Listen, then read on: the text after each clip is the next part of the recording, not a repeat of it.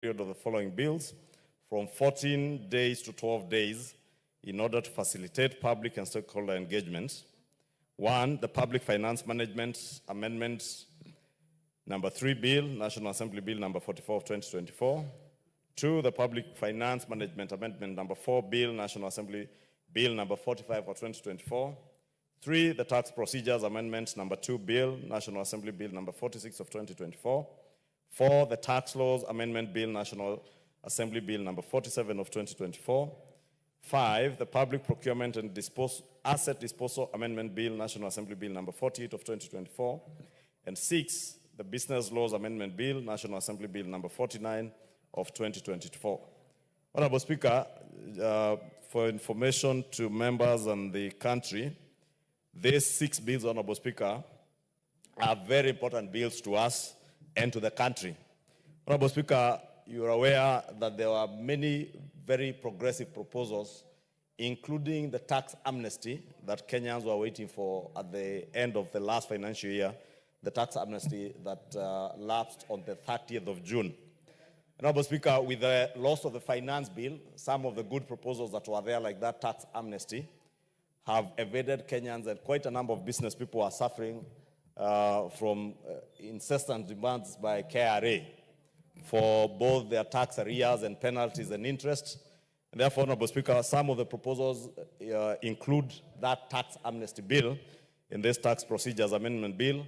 Others deal with the public finance management and public procurement. The business laws, Honorable Speaker, also carry very crucial amendments to many business laws, Honorable Speaker, especially in the manufacturing industry, that will facilitate the local manufacture, local production of goods locally. Therefore, Honorable Speaker, if we are not able to reduce the publication period of these bills, we may not be able to conclude with their enactment before the end of this session on the 5th of December, according to our calendar. Therefore, we want to reduce the publication period by just 2 days so that we may begin. Honorable Speaker, if you can protect me from the Honorable Pukose. He's louder than me on the mic. Pukose.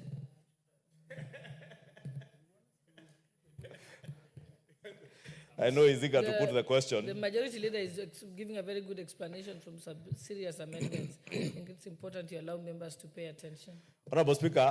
I was saying thank you for that protection. I was saying, Honorable Speaker, in view of our scheduled calendar, we are to progress or to proceed on the long recess on the 5th of December, and we want to avoid a situation where we have to recall members for a special sitting, and also save especially those business people who have now to deal with KRA on matters of tax amnesty, at least to have this tax amnesty in place before the end of this year, so that they may not continue accruing interest and penalties. And therefore, would want to see the enactment of all these bills before the end of this financial year and the end of this session. And that's what I was saying, Honorable Speaker, by reducing this publication period by only 2 days, from 14 days to 12 days, we will create time after, without anticipating debate, Honorable Speaker, on order number 12 all the way to order number 17, we will be able to progress to public participation and stakeholder engagement. And allow me, Honorable Speaker, to thank the Ministries of Finance, the Ministry of Trade and Industry, and also our Chair Finance and the Chair Trade and Industry, because I have already seen them begin that public and stakeholder engagement. Last week I saw them in what you'd call a town hall debate on Citizen TV, engaging Kenyans and explaining to Kenyans the import of these bills and under what policy each of the bills is anchored on. Honorable Speaker, these are some of the things that even the courts have been speaking to, that we need to sensitize Kenyans on the import of each and every legislative proposal that we bring to this House. And the Ministry of Finance, the Ministry of Trade and Industry, and others like the Ministry of Environment have already begun that stakeholder engagement and sensitization of Kenyans on the import of these bills, on what policies they are anchored on, and what impact they will have on businesses, the positive impact they will have on businesses, Honorable Speaker. And therefore, for us as the National Assembly, we also need to engage in that stakeholder engagement. And for us to have time to have meaningful, qualitative and quantitative public participation, as we have been told by the court's Honorable Speaker, we thought it was important to reduce the publication period by those 2 days so that they may come for first reading, and we begin the engagement, the relevant committees begin the engagement with the public, Honorable Speaker, sensitizing them, informing them, so that, again, we preempt what we saw happen with the finance bill in June, where people, and many other bills, Honorable Speaker, including the land amendment clause, where people pick up just a small element of a legislative proposal and spin it out of in a narrative that will suit their political narratives, Honorable Speaker, and not necessarily the truth. Therefore, Honorable Speaker, we have learned that part of what we should begin to do early is to inform Kenyans, and that's why we want this opportunity to begin to inform Kenyans. And that's why I said, Honorable Speaker, again, I thank the Ministry of Finance, the Ministry of Trade and Industry, the Ministry of Environment for the sensitization that they have done with these particular legislative proposals, that even before they submitted the legislative proposals to the National Assembly, Honorable Speaker, I know that the ministries did advertise for Kenyans to submit their views on each of the legislative proposals that they wanted to touch on, whether it's from manufacturing, whether it's on the tax procedures, how Kenyans would expect to have a tax management system or a tax system that is more efficient, fair, and justifiable, Honorable Speaker. And from the many proposals that Kenyans gave to the Ministry of Finance and the Ministry of Trade, that is what was then sieved down into the legislative proposals that were brought to the House. As I said, they have further engaged stakeholders, as I said on Citizen TV last week, and now it will be our time as a National Assembly to meaningfully engage Kenyans, and I want to trust that the chair of the Trade and Industry Committee, the Honorable Gakuya, who is here, the Honorable Kimani Kuria, who is also here, that they will embark to, and also the Committee on Trade by the Honorable Gikaria, Environment, they will engage Kenyans on many of these proposals so that Kenyans are well informed and not misinformed and disinformed by those who are intent on disinforming and misinforming Kenyans.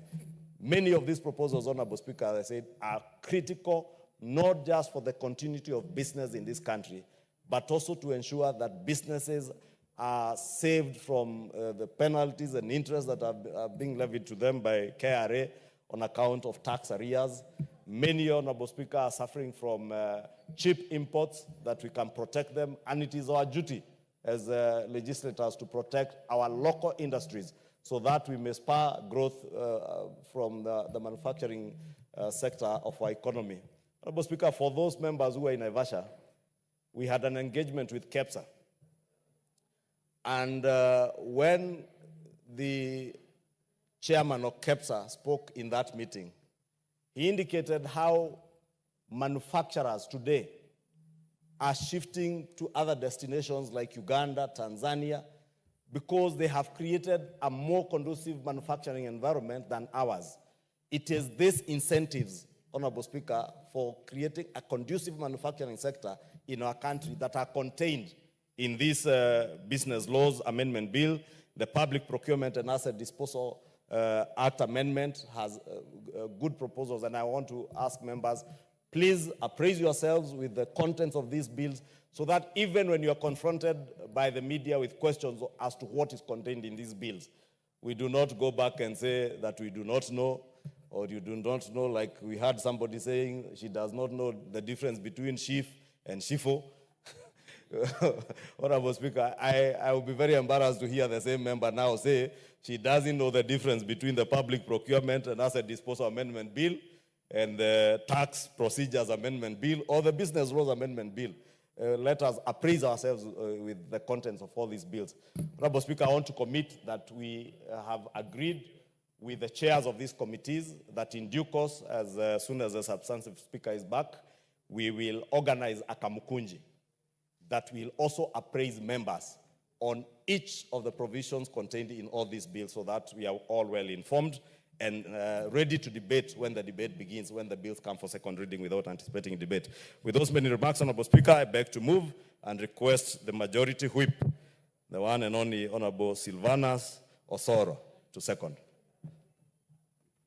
Thank you very much, Honorable Speaker. Honorable Speaker, I may really not have anything useful to add other